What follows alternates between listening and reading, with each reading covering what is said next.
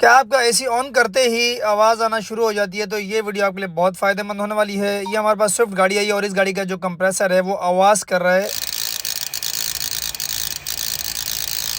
इस तरह से आवाज़ कर रहा है। अब इसके अंदर जो हमने कंप्रेसर निकाला है ये पैनासोनिक का, और जो हम कंप्रेसर इंस्टॉल कर रहे हैं होंडा लाइफ का कंप्रेसर है। ये देखिए हमारी ये फिटिंग हो गया है, ये देखिए माशाल्लाह से बहुत ज़बरदस्त फिटिंग हो गई है। ये देखें अल्हम्दुलिल्लाह बहुत अच्छा रिजल्ट है इसका। इसकी लाइनों की सिर्फ ऑल्ट्रेशन होती है और एक ब्रैकेट लगता है, और इसका जो बेल्ट है 4P के 870 और 80 आप इसमें लगा सकते हैं। ये देखें अल्हम्दुलिल्लाह हमारी गाड़ी की जो फिटिंग है माशाल्लाह से हो गई। ये देखें ये बेल्ट भी लग गया और एसी भी हमारा ऑन है। माशाल्लाह से एसी बहुत ज़बरदस्त काम कर रहा है।